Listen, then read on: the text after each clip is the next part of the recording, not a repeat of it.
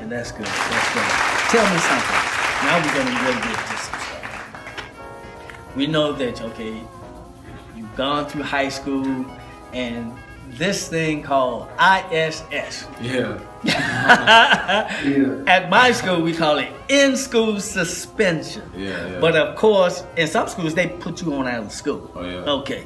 But we do in-house and we do out-house also. Yeah. Tell me about you. What's your history been like? Oh, man. I remember when they had something called the White House.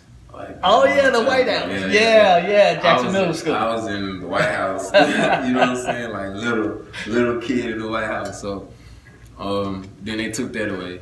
Then I had ISS, and I was in and out of ISS for like sagging pants or not bringing my referral to the office or fighting or whatever it was. So yeah, I had a lot of experiences with ISS. I mean, ISS was all the bad kids was in there. So yeah. if you got put in ISS. Go ahead. If you got put in ISS, you was basically one of the bad ones. Like they don't. So I mean, but I wasn't no bad kid though. I think I was just misunderstood. Like sometimes I got in trouble. I felt like I got in trouble.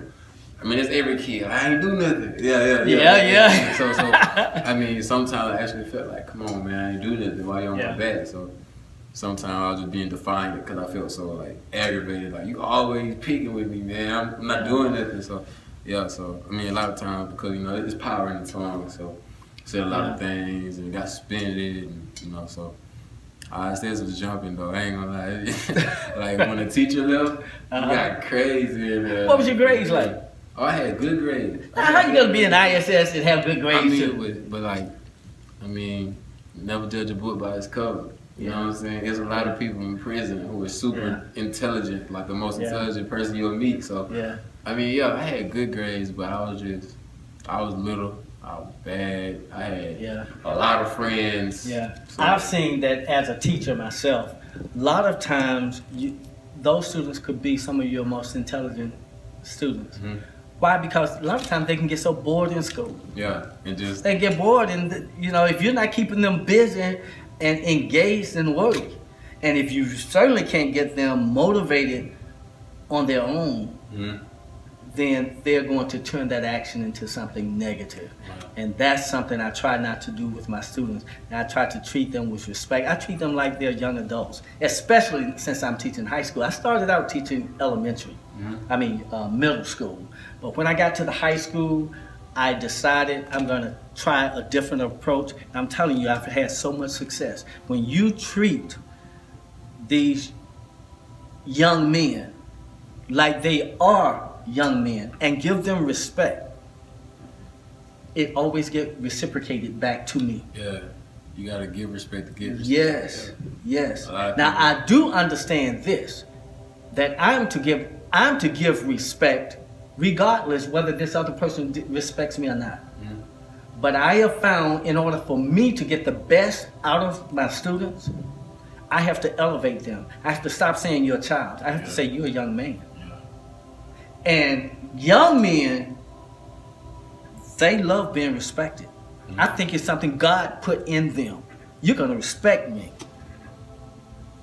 Because you've got to learn to respect yourself too. And respect others. So I knew if I respect him and I get him to understand that that's the only reason why I'm not running over you, it's because I like me. Mm-hmm. And I'll tell you, I'm capable of saying, I love you. Those are the type of things that creates bullies. Because bullies, they feel so unattractive and they feel low and they're dealing with all kinds of so they just want to hurt people and make them feel bad too. So those are the type of things that builds bullies, like those who are constantly told you're a child and you should be doing this and you can't do that. Yeah, so. And I've seen teachers, even though I'm a teacher, and I'm supportive of teachers, I'm supportive of trying to teach a student, how to make it through life. And even if the teacher talks down to them, in order for them to make it through, I would tell them, look, just zip it up. We'll talk about it later, so I can get you to understand, what's going on. Because a student, they know when they are being disrespected. Yeah. And black males, they understand it. And when the teacher is talking to them a certain way and hitting at them with what, I sit in there and as a black man, I sit there and I cringe. I'm like, you better be glad I'm not a kid, because at this point, I would not allow you to talk to me that way. Okay? So if I can teach you to have so much respect for yourself, and when they're doing it, you got to learn how to respond to that person who might do this to you. You know, and it's okay. I have come to understand, even as an adult, I'm capable of saying, you know, you might be right about that. Let me back up. Let me go and look at this again. Yeah. But there are a lot of teachers, if you challenge them, they feel threatened, and they will not. They feel so insecure that if they let you know that they are not perfect, that you have the upper hand. And no, you don't, because none of us are perfect. Yeah, none of us are perfect. And when I'm able to show my vulnerability even to a student, it always comes back with me winning, and I need to win in order to teach him, because you can't teach anybody anything if they don't respect you. I've got to gain your respect. And personally, I don't want to teach a child who does not respect me, but I have so much to give, so I'm able to take a lot. Take a lot, because my job is to save him. That's great, man.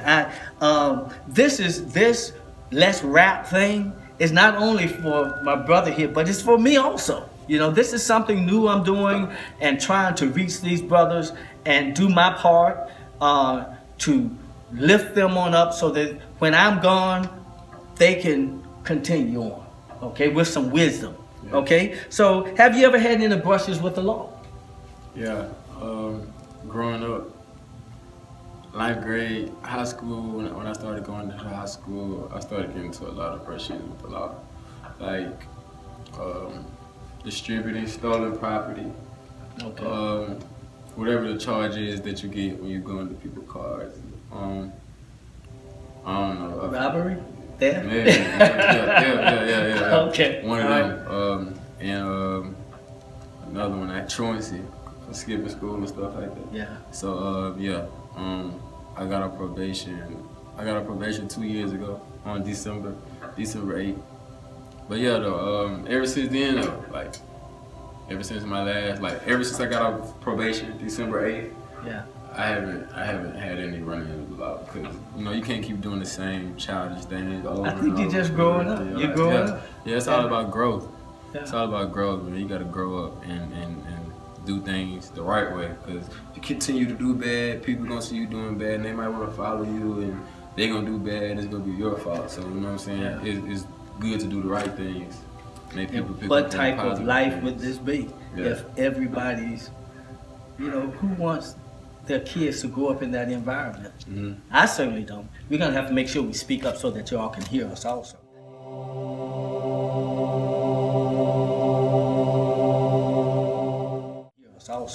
But let's keep going.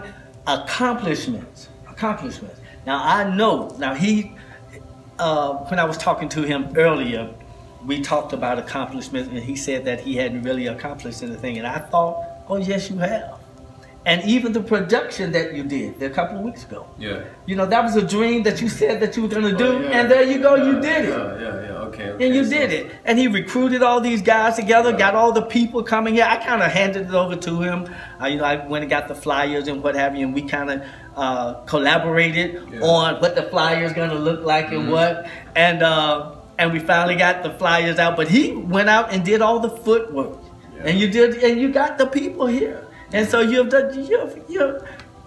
got what it takes to be able to make it, okay? Because you dealt with advertisement, you put the show together, you got the people together, we discussed the fees and stuff like that. I was able to educate you on something about business in reference to how these things need to work out and what have you. You've learned a lot, and you've had a lot of accomplishments. Now you're going back to school to finish what you started. Look at all the things that we have talked about that, even being able to look back at you talked to me about something that happened that really made you proud of your mom. What was that situation? I don't really know how old I was at the time because I can't remember what the date was that he told me it happened. But it was an altercation where my mother's house was home invaded. They invaded her home, and Now, where were you living? I was in Alabama at the time. In Alabama. I was here in Alabama at the time, and her brother, I mean not her brother, her boyfriend's brother. We still real close. We still real close, and like a couple years back, he told me, he was like, "I'm gonna tell you something, but don't tell your mom I told you." And he told me about what happened, and people ran in the house with guns and stuff, and had everybody at gunpoint. And Wow. my mother's boyfriend, who was a rapper at the time, so he was making money from rapping and stuff. They wanted his money, so they ran in the house with guns, put guns to everybody. They pistol whipped him real bad and stuff. He still got a permanent scar on his eye and stuff. But they pistol whipped him, took the money. They tied everybody up, and then my mother's boyfriend's brother, he told everybody, "Hey, I can get out of this because they ain't really tie me up for real, so I can get out and untie everybody." So yeah, he told me, and when he told me that story, it kind of shed more light, made me respect my mom more as a mother and as a person, because you never know what can happen. Like, she could be gone like that. Like, I could have got that call that night or the next day, like something happened to my mom. Yeah, so you know what I'm saying. And it also made me respect her boyfriend at the time even more. I respected him even more because, like, he was man enough to go through that and try to come up out of that, try to rebuild from that. So it made me kind of look at, you know what I'm saying, my mom and her boyfriend at the time a lot different. Like, there's something I haven't went through, and I don't wish that on anyone. So, you know what I'm saying. But yeah, that really made me look at her like superhero kind of. Yeah. Yeah, for real. Shout out to my mom again. All right, you hear that, Mom? Yeah. Okay, now we talked about some challenges and things that you've been through. I have my list of questions here that I want to ask him, and of course, I know you've been given this gift, this talent, to be able to, rhyme and make sense all at the same time. That's something, like I said, I don't have that gift. Yeah. And how do you see your dreams with this talent that you have? How do you see your future? Bright, extremely bright. I mean, it's an arm's reach. All I gotta do is reach out. But I feel like I'm so close, but I'm so far away because it's a lot of things missing that I need, and it's a lot of things that need to happen that haven't happened yet. So I feel like, but my dreams, if we're talking about dreams, I'm steady chasing. I'm always chasing my dreams, and I know one day I will be living my dream, and I will be able to bless everyone around me and stuff like that. So I'm patient. I know it's coming. I see it. I feel it. I smell it. I taste it. So yeah. I'm just gonna wait. But it's coming though, and it's real. Do you bright. consider yourself successful today? Do I consider myself successful? I mean, waking up every morning, breathing, healthy, living, that's successful in itself. But not really successful in the light that I would want to be successful, as in like providing. You know what I'm saying? I want to be a better provider for my family, for my daughter and stuff like that. I want to be able to do things and, you know what I'm saying, buy things and say things to like maybe a bigger audience to motivate people to do, you know what I'm saying, be yourself and chase after your dreams. Because sometimes I get, you know what I'm saying, to the point where I'm like, I don't know if I'm going to make it or not. Like, nothing is going where I want it right now, so how do I know if I'm going to make it? But you gotta have a belief in God. And let me give you a hint of how I deal with, and I've just recently learned this because I've gone through some traumatic things also in my life. But now, because I changed my definition of success, because as a teacher, we set our goals and we set objectives and long-term goals and what have you. And then we set out to accomplish them. So what I do every day I write down the things that I want to accomplish for that day. Now I have my long-term goals. But if I had to die tonight, I want to be able to look and say, and be able to say, Anthony, you know, you're a pretty successful dude. Yeah. And I am. Because I will make a list in the morning and I say I want to get this, and that done today. If I finish everything that I set my goal for that day to accomplish, I'm a successful brother. And I set goals. Yeah. So you are the one who would decide whether you're successful or not. If your goal for today is to do A, B, C, and D, and you didn't push it off so far to where, you know, it's gotta be luck and all this kind of stuff, you set you some reasonable goals. Now all of these objectives are going to reach your bigger goal. But basically, I'm a successful person. And I've started doing this a long time ago. And I think everything that I've set out to do, I look back now and I think, wow, I did it. I've got everything, even right down to my family. You know, I used to think, you know, when a man goes through a divorce or a couple goes through a divorce, you feel like you fail. You know, I did. I felt like a failure. But when I went back and thought about it, I said, wait a minute. I always wanted a family. And based on my own rule, I always said, hey, at 12 years old, you grown. You know, just like every other animal. Yeah. Okay? So I had a chance to have my children and to raise them till they were 15, 16, even one that's 30. I reproduced. I raised my kids. I taught them good values. I put them in a nice home. Had the car. I had the car that I dreamed of, and I asked for it, and I got it. God gave it to me. I operate on this way every day, and I make a list, and I go down through that list, checking off all those things that I said that I was going to do.